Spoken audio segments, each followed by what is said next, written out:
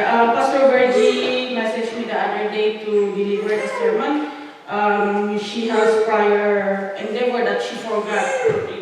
It is this Sunday. So bear with me as I deliver the message. Hopefully, we open our hearts and accept the words of God today, and we apply it to our everyday life. So once again, good afternoon, brothers and sisters. It's such a wonderful day that we begin another week of our second year together. Last week, we celebrated our first year anniversary as an organized church. I want to take a moment to thank each one of you who worked so hard to make that celebration a success, from organizing the program to preparing the food. Your dedication and love for this church family are deeply appreciated. Today, we're diving into a powerful passage from the book of James that challenges us all. James 2, verses 14 to 26. It's a passage that asks us to examine the authenticity of our faith, not just what we say we believe, but what we do with what we believe. In a world where we're often told to just believe and think positive, James calls us to something deeper, a faith that moves us to action. I want you to imagine with me for a moment. You're walking through a neighborhood and you see someone in need. Maybe someone cold on the street, or someone struggling with their groceries, or even someone in your life who's emotionally hurt. How do you respond?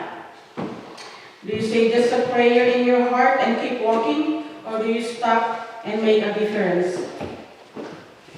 In the same way, God calls us not to be passive believers, but active participants in His kingdom.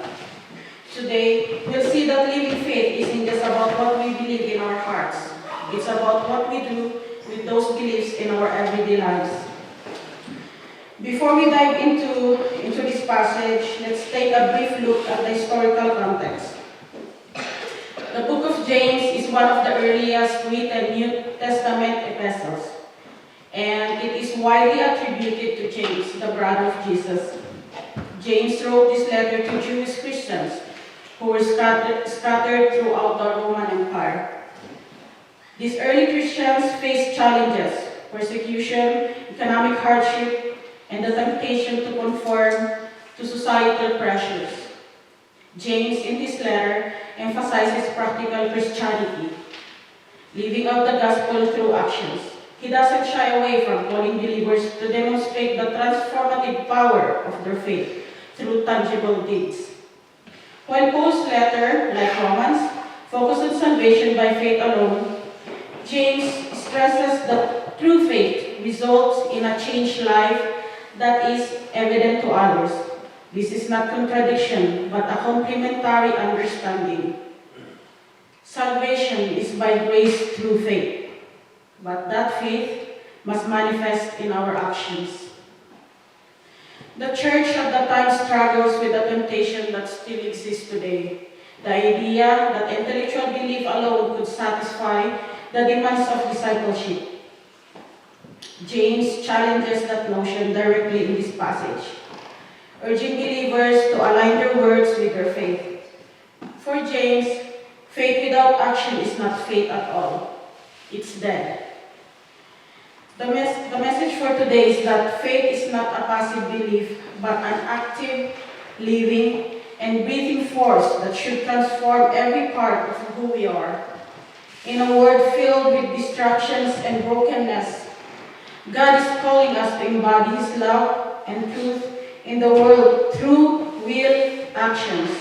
Our faith is not just a declaration. It is meant to be seen, felt, experienced through what we do. So, what does James want to teach us in this passage? One thing we can learn from this passage is faith as the foundation. Imagine you're in a desperate place. Maybe you've lost someone you love, or you're feeling overwhelmed by the weight of your struggles. You cry out to God, "Lord, do you see me? Do you hear me?" And in that moment, God responds not just with words, but with actions. True faith is not a passive acknowledgement of God's existence, but a response from the heart. When we truly believe, something in us shifts. We feel the stirring of His Spirit compelling us to move. James paints a stark image. It's one thing to say, I believe God will provide for you, but it's another thing to actually feed the hungry person standing before you. Faith isn't a distant, abstract thing. It is a living, breathing response to the needs of around us. Faith without action is cold and lifeless, like a body without breath. And in the same way, the needs of the world, physical, emotional, spiritual, cry out for us to live out the hope we claim to have. We have to ask ourselves, are we responding to the cry of the hurting with the same urgency we feel when we are in need? Do we reach out with love even when it's hard? Because we know that's what God calls us to do. The second message is the call to action. Words are powerful, aren't they? They can build, encourage someone up, or they can break, discourage them down. How often do we say things like, I'll pray for you, or I believe in you? But then we walk away, forgetting to actually do anything. Faith without action is like a song with no melody. It sounds nice, but it lacks life. James reminds us that even demons can believe in God. That's a chilling thought, isn't it? Just believing isn't enough. We're called to move beyond belief and into action. It's about saying, I believe, and then showing it with our lives. Faith calls us to more than just lip service. It calls us to look at the person who is crying out for help, not with judgment, but with open hands.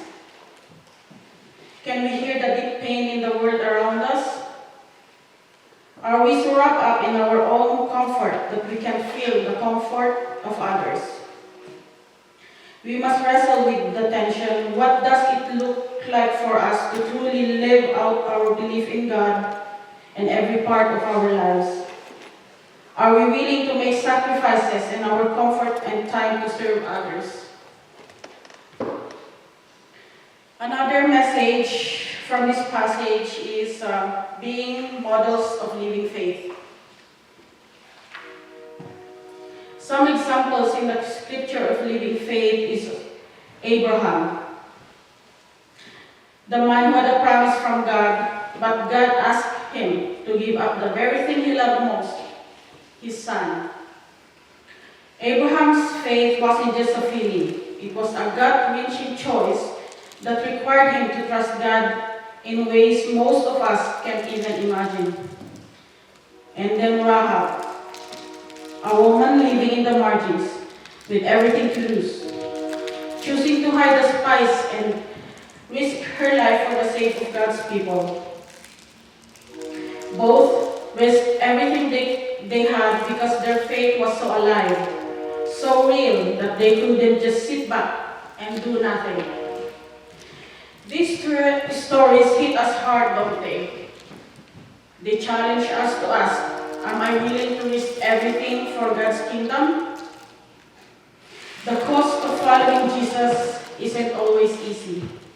And there are moments when living out our faith means stepping into uncomfortable, risky places where we might lose something precious to us. But the beauty of living faith is this: when we risk for God, He always shows up. We must confront the difficult question: what is God asking you to lay down in order to move forward in faith? Are you willing to risk your faith, reputation, or security to obey God's call in your life? Last message, we are called to be the hands and feet of Jesus. As believers, we are part of Christ's body on earth. We represent Him and carry out His work in this world. We are sent to continue the mission of Jesus here on earth. We serve the needy, share the gospel, encourage others. We act in love, and so on. Every day, the world around us is filled with brokenness. Families torn apart by pain. People struggling with depression, injustice, poverty, and loneliness. God doesn't call us to be passive bystanders to this suffering. He calls us to be His hands and feet, to offer hope to the hopeless, love to the unlovable, and justice to the oppressed. When we look at the world with eyes of faith, we begin to see what God's eyes, not as a collections of individuals, but as a family of humanity, all needing the healing touch of Christ. Our faith, when it is lived out, brings healing and restorations. But this kind of faith requires action. It means getting our hands dirty. It means looking at that person who is different from us and extending a hand, not out of the obligation, but out of heart that says, "You matter to God, so you matter to me." We are called to ask ourselves, how is God leading me to make a difference in the lives of others? Are we willing to make a real impact by stepping out in faith, even when it requires vulnerability, sacrifice, or stepping outside our comfort zones? So we come to our conclusion today. And as we come to a close today, I want to remind us that faith is never meant to stay locked inside of us, hidden away like a treasure not only we can see. Our faith has always meant to be lived out in the small moments, in the quiet choices, in the brave acts of love and service that transform the world. We all have a role to play in this mission. Maybe it's as simple as picking up the phone to call a friend who's been hurting. Maybe it's standing up for someone who's being mistreated. Maybe it's risking your comfort to help those in need. Whatever it is, remember, God is with you. When you act in faith, you reflect His heart in the world. So I ask you today, where is God calling you to step out and live your faith? How can your action this week reflect the love and the truth of Jesus to a world in desperate need? This is God's message for you today. May God bless you.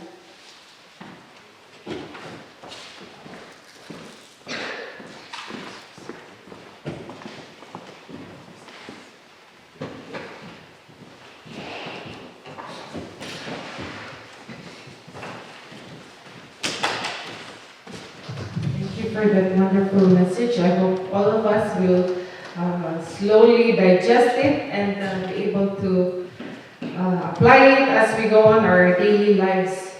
Indeed, faith without action is truly, as what James said, dead. But as we act out our faith, may the Lord just be there to work with us, work in our hearts as well.